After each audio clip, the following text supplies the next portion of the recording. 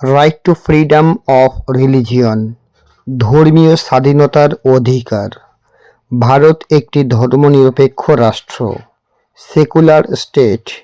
সংবিধান ভারতীয় নাগরিকদের নিজ নিজ ধর্মবিশ্বাস পালন, প্রচার ও পরিচালনার পূর্ণ অধিকার দিয়েছে।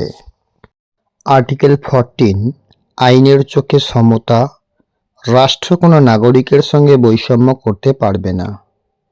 ধর্মের ভিত্তিতে কাউকে আলাদা করা যাবে না, এটি ধর্মীয় সমতার ভিত্তি। আর্টিকেল 15, ধর্মের ভিত্তিতে বৈষম্য নিষিদ্ধ। রাষ্ট্র বৈষম্য করতে পারবে না।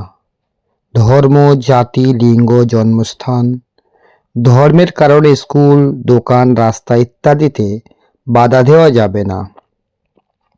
আর্টিকেল 16, চাকরিতে সমান সুযোগ। সরকারি চাকরিতে ধর্মের ভিত্তিতে বৈষম্য করা যাবে না। এখানে থেকে সরাসরি ধর্মীয় স্বাধীনতা। আর্টিকেল 25, ধর্ম পালন, প্রচার ও অনুসরণের স্বাধীনতা। প্রত্যেকে নিজের ধর্ম মানতে ও পালন করতে স্বাধীন, তবে শৃঙ্খলা, নৈতিকতা ও স্বাস্থ্যের অধীন। আর্টিকেল 26, ধর্মীয় প্রতিষ্ঠান পরিচালনার অধিকার। ধর্মীয় সম্প্রদায় নিজস্ব ধর্মীয় কাজ ও সম্পত্তি পরিচালনা করতে পারবে। আর্টিকেল 27, ধর্ম প্রচারের জন্য কর নিষিদ্ধ।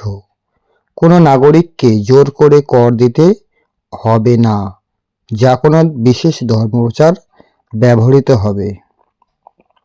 আর্টিকেল 28, শিক্ষা প্রতিষ্ঠানে ধর্মীয় শিক্ষা। সরকারি শিক্ষা প্রতিষ্ঠানে ধর্মীয় শিক্ষা দেওয়া যাবে না।